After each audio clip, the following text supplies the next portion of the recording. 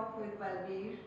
Today I have this young gentleman sitting with me, architect Carl Bhesania, Director of Architecture at Talati and Partners. Hello, Yes, Carl. hello. Yes, hello, Bulbeer. How are you? Fine, thank you. How are you? I'm good. Welcome to our office. Thank you. Thanks for making time. Sure, of course. Tell me something about your daily routine. A regular day in architect Carl's life. Really, my whole day? Yeah. From start to finish. Yes, okay. So I'll make it short. Days are like generally quite long. So I I wake up at around 6:30, 6:45, and it's rush hour at home because my son has to go to school. Okay. So it's absolute chaotic rush hour. And once I drop him, it's my job that I get to spend time with him. So I drop him at the bus stop daily. Oh, sweet. And yeah, my wife thinks so too. It's very cute. And so I drop him at the bus stop, and then post that, if mood favors, then I go to the gym. And if mood and energy are positive, then I go to the gym. And once I'm back, breakfast, get ready, and come to work, and then it's just work, work, work, long days. And yeah, work life is good because I mean, you come in, I generally do my design work post, I think 6:37, once the office settles in, once the calls settle to come in, and on a daily basis it's just firefighting, answering RFIs, consultant meetings, client calls, emails, this, that. You don't get time to sit and design. And all that happens only, I do that post sunset, once the teams go home and the phones start coming in. I mean, they stop coming in, and then you can literally like peacefully sit and do some creative work. And then I go home, and then I try to spend some time with the family. So cold. And so try to spend time with the family, whatever that we can. And then again, it's back to square one the next day until weekend hits, and then you're just sleeping. Wow. So how do you maintain yourself if you don't go to the gym regularly? Like if it's a mood affair? Yeah, it is a mood affair. I would like to go there more frequently than I do, but ending up going there thrice a week at least. That's good. Thrice a week is fine. Yeah, I guess so. No, but it's great. I think you're in great shape. Thrice a week is amazing. Thank you. You know, I mean, if you're able to maintain Yeah, this. coming from you, then yeah, thank you. Because we always see your posts, that how you've been lifting, you lift like crazy. So yeah, it's kind of. I try. You try as well. If mood permits, no. No. My mood changes. I know that, by going there, it's going to be a change. That's so true. I have to make that, I have to make that move. So it's a shift. Starting my day, I look forward to my mornings because I'm like, okay, whatever mood I wake up in, if it's bad, especially, God forbid, the gym, that energy in the gym, lifting the weight lifts your mood is what I believe. I agree with you. It just changes, it energizes you, changes the perspective to your day, and you just get more charged up and you're like ready to take on everything that comes to you. Yeah, I get you. And it's not about just going to the gym and lifting, but I think even for architects or anyone for that matter, I think taking care of that little bit of your health part also is very important because everyone is so stressed. Mumbai is so fast paced that you need that little me time also. Yeah, wherever and whatever works for you. Exactly. But it should be a little physical in nature. 100%. Like there are days, honestly, which I don't have enough time for the gym because it takes 1.5 hours in the gym. I have 40 minutes, 45 minutes. I just go for a quick run. Like okay, just a little bit of something I need to pull in for the day. Correct. And So, get you going. yeah, absolutely. Yeah. That's good.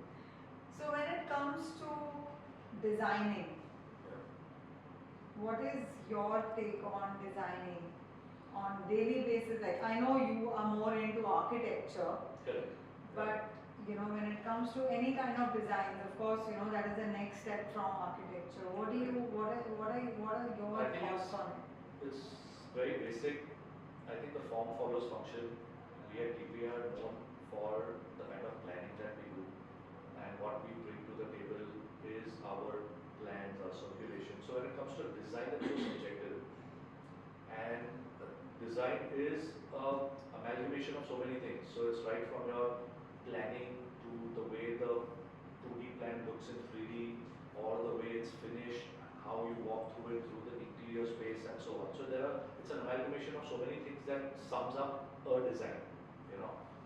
And so I think it's very subjective, and even when you start designing or you start planning, you need to always, I believe personally, you need to think in 3D. That's what I always tell my juniors as well.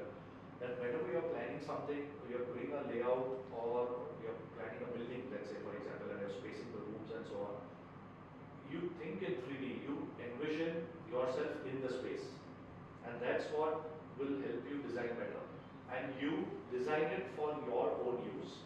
You envision walking through that space, using that space on a daily basis, and that's when you will end up doing good design.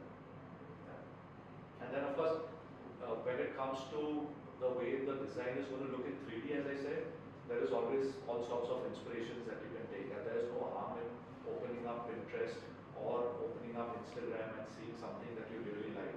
As long as it's not a blatant copy of someone's intellectual property, you can always be inspired and influenced by it. Yeah. So design is manifold, you know, it's at what stage you're doing what design, whether it's planning or you're doing elevation. So what derives your creative and innovative skills?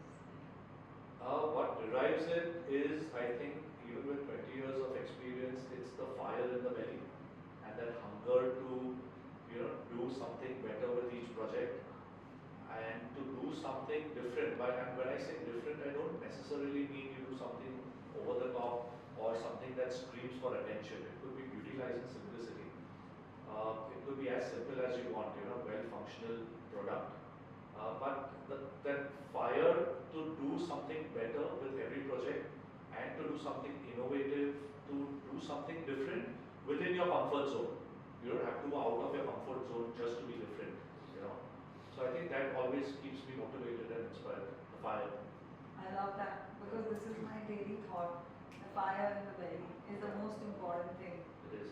If it's not there, it's over. And at the end of the day, honestly, if you're doing architecture or design, you can only, most jobs, you can only survive if you really love doing what you do. You're passionate about it. If you're passionate about it, then it's fun.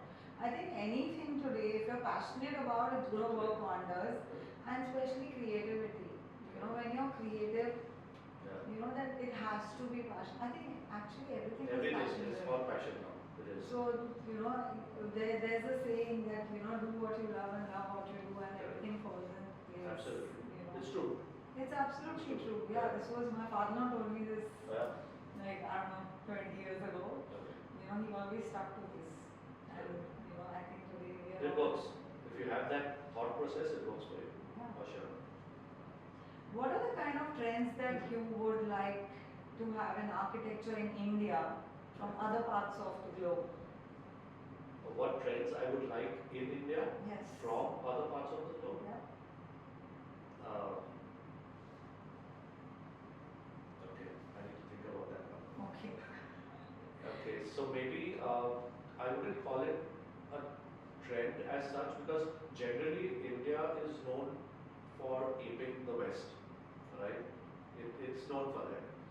Yes, if you ape something which is absolutely going to work for you, let's say for example today, if we see so many residential buildings with these glass boxes coming up, with all due respect to all the designers who are doing that, you can't ape the West in that context. You know, you have these residential